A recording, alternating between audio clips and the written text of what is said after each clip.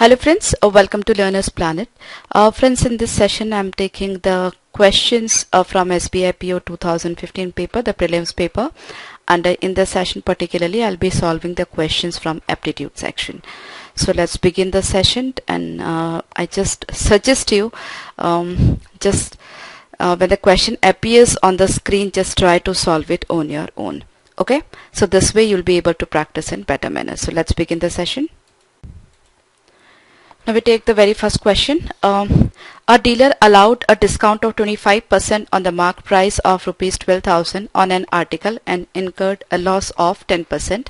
What discount should he allow on the mark price so that he gains rupees 440 on the article? Okay, so I assume the cost price to be 100. Now since he's making a loss of 10%, that means selling price initial, in the first case the selling price is 90 rupees, right? And selling price is actually he is giving 25% discount on the mark price. 25% discount, that is 1/4 discount. That means he's charging 3/4 of mark price. So 3/4 of mark price is selling price. That means mark price should be 4/3 of selling price. So 4/3 of 90 must be mark price, that is 120 rupees.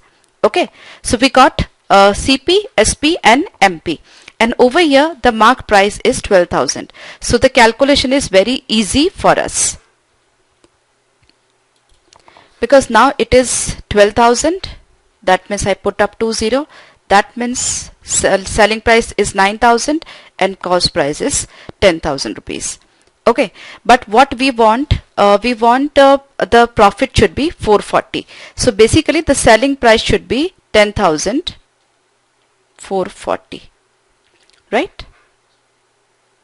So this is the selling price. We want to make 440 rupees profit.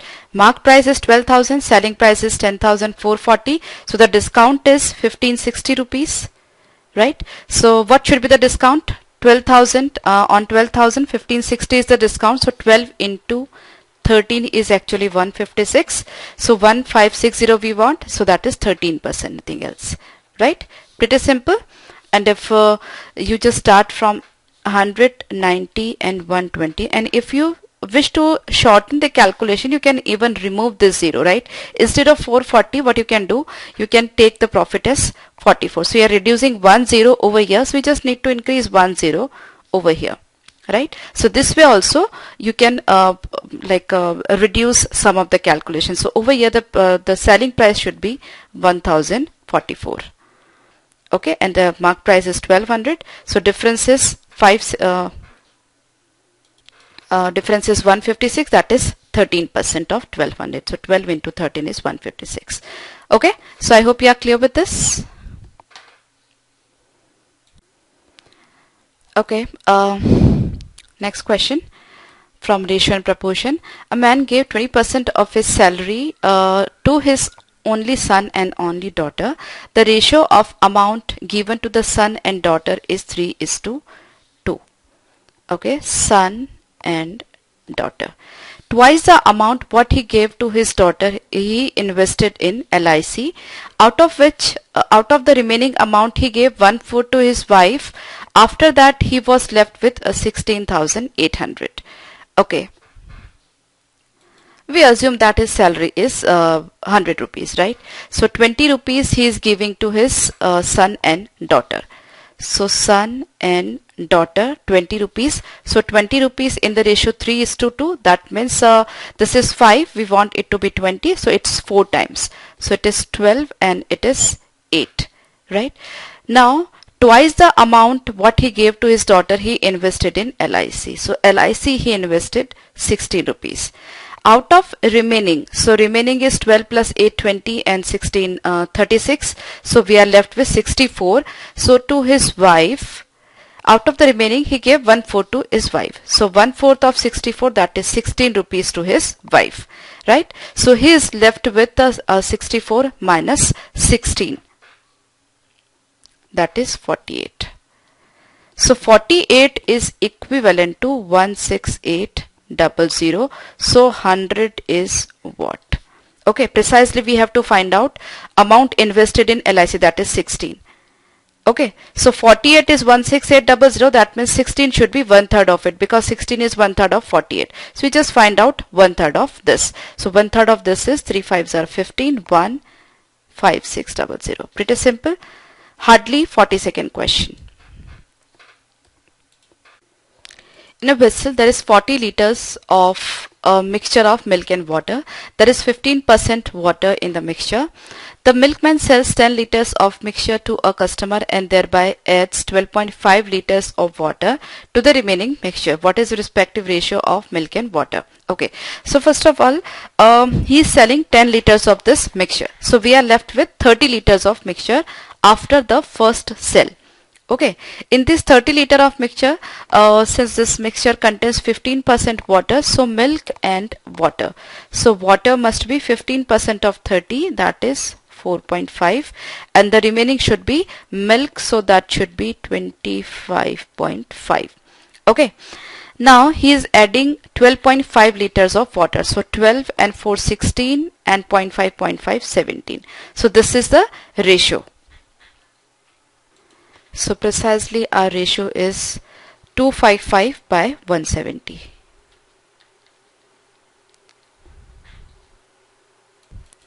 Half of 170 is 85 and 170 plus 85 is 255. So precisely 255 is 3 by 2 times of 170, right? Or in fact, if you are not clear, you just can simplify this. This is 5.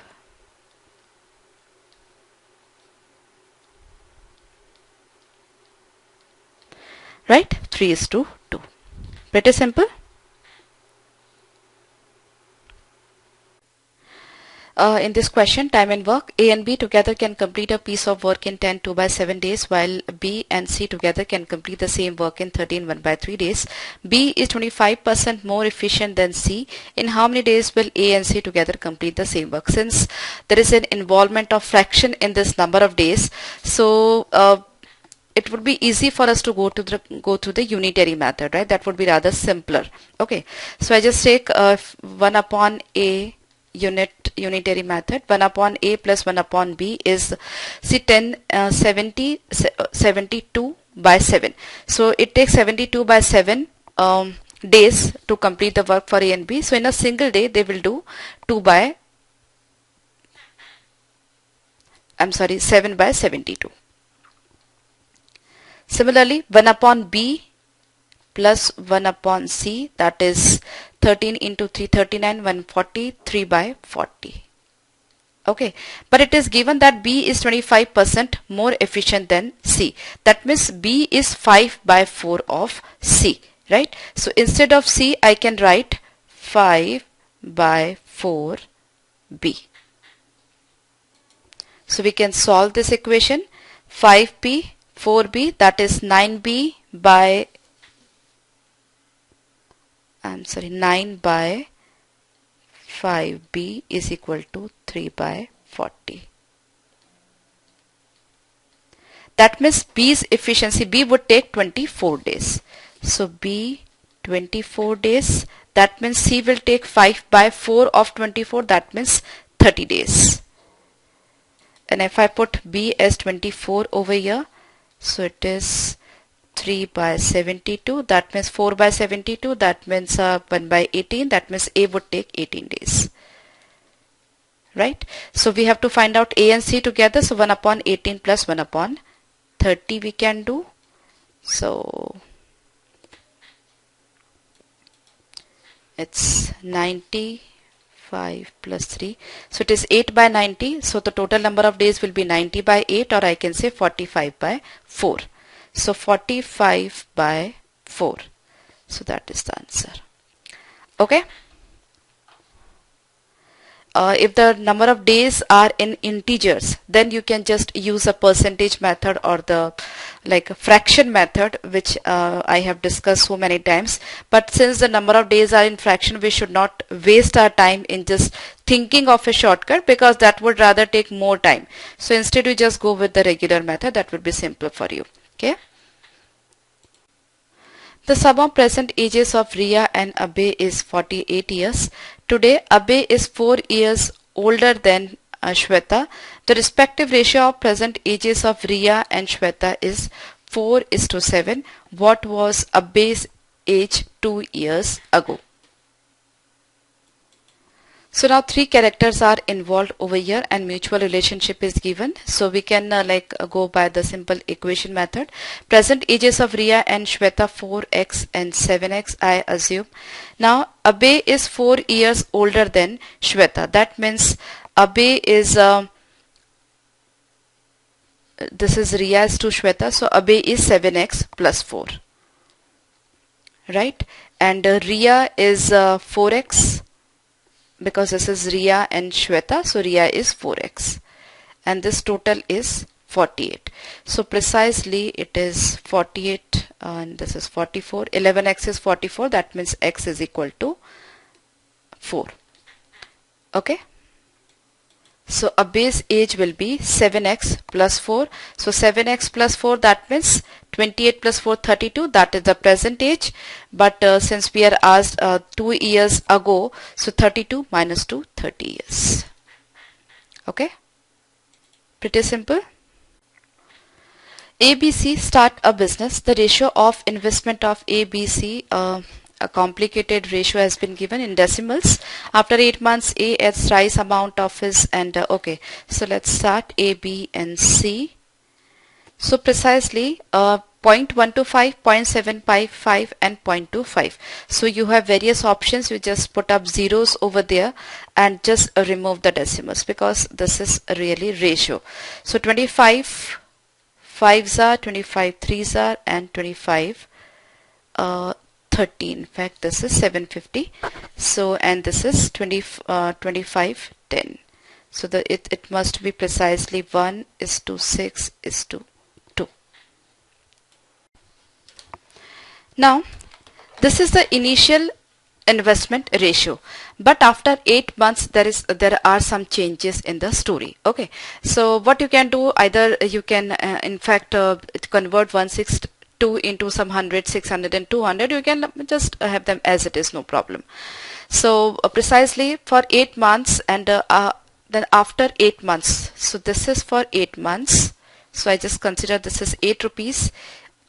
This amount will go for 12 months in fact. So it's 12 rupees, it will be 72 and it will be 24.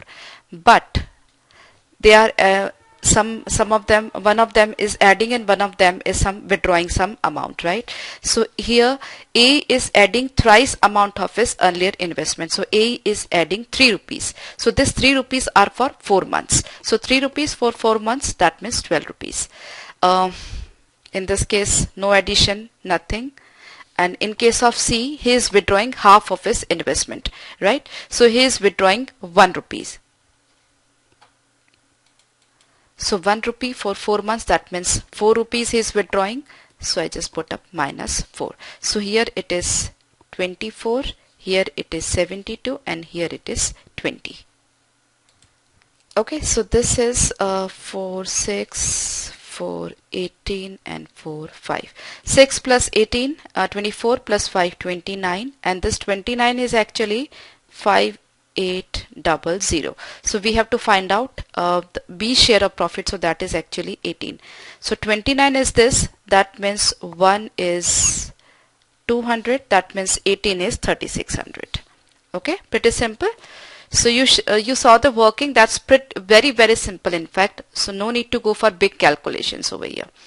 Okay, you just have to be careful that whatever investment they are making, just multiply that particular amount of investment for the number of months. So here in this case, the initial investment they are keeping, the A and B they are keeping for 12 months. Then after 8 months, A is putting some more investment. So that investment that has been put after 8 months, that will be there only for 4 months. So because of that, we multiplied that investment into 4. And in case of C, he is not putting up the entire investment for 12 months, right? After 8 months, he is withdrawing 50% of his investment. So till 8 months, he is putting up his amount and the entire amount, and after that whatever he is withdrawing, so that should be deducted, as I have deducted over here, that is this minus 4.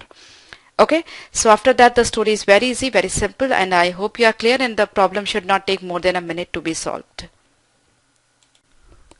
In a bag, there are 4 white, 4 red, and 2 green balls. 2 balls are drawn at random. What is the probability that at least one ball is of green color? So whenever you are having the cases of at least one, then what you can do, from the entire probability, you just deduct no cases. So you will, in the remaining cases, you'll be having at least one. So 4 and 4, 8 and 2, we have 10 balls, so we have to draw 2 balls, so the total number of cases will be 10C2, right? So favorable cases where there are no green, so favorable cases are 4 and 4, 8C2. So these are the cases when there is not even a single green ball. Okay, not even a single green ball. So if I deduct this probability from 1, in the remaining cases I'll be having the probability of at least one green ball. Okay, now how do we solve this? So this is 8 into 7 by 2, and this is 10 into 9 by 2. That by 2 will be cancelled. So we can solve it like this. This is 4, 5. So this is 45 minus 28. So your answer will be 45 minus 28, that is 17 by 45, right? So that is none of these. Equal amounts are invested in two schemes A and B for 6 years and 8 years respectively. Scheme A offers interest at the rate of 12% per annum and scheme B offers interest at the rate of 8% per annum. The difference between the interest earned is rupees 1280. What is the amount invested in each scheme? We assume it to be 100 rupees. Okay, 100 rupees in scheme A and 100 rupees in scheme B, right? So for 6 years and 12%, so 12 into 6, 72 rupees will be the interest earned. So 100 rupees, I'm sorry, the 72 rupees. And in the other case, 8 years and 8%, so it is 64 rupees. So this difference is precisely 8. Okay, and 8 is equivalent to 1280, right? So 100 is what? Because in each scheme we have invested 100 rupees. So 8 is 1280, so 100 is what? So it is 1280 by 8 into 100.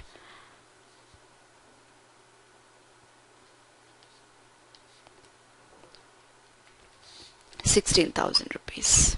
Pretty simple. The area of rectangle is equal to area of square whose diagonal is 12 root 6 meter. Okay, the difference between length and breadth, we have to find out the area of perimeter of the rectangle. Okay, but calculations are involved.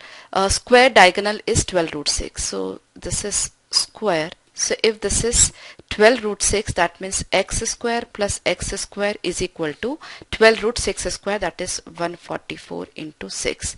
So precisely 2x square is this. So x square will be 432, right? So that is the area of the square. Now area of the square and area of rectangle is same, right? And I assume the dimensions of rectangle is L and then L plus 6. Okay, because there is difference of 6 meters. So L into L plus 6 is equal to 432. So precisely we have to factorize 432, and L square plus 6L minus 432 is equal to 0. Since there is a negative sign before the constant term, that means one of the breakup should be in one of the number should be greater than 6, and one of the number precisely the factors will have opposite signs. Okay, and one of the factor will be positive and other will be negative. So we just have to see the factors of 432. So just do it very quickly.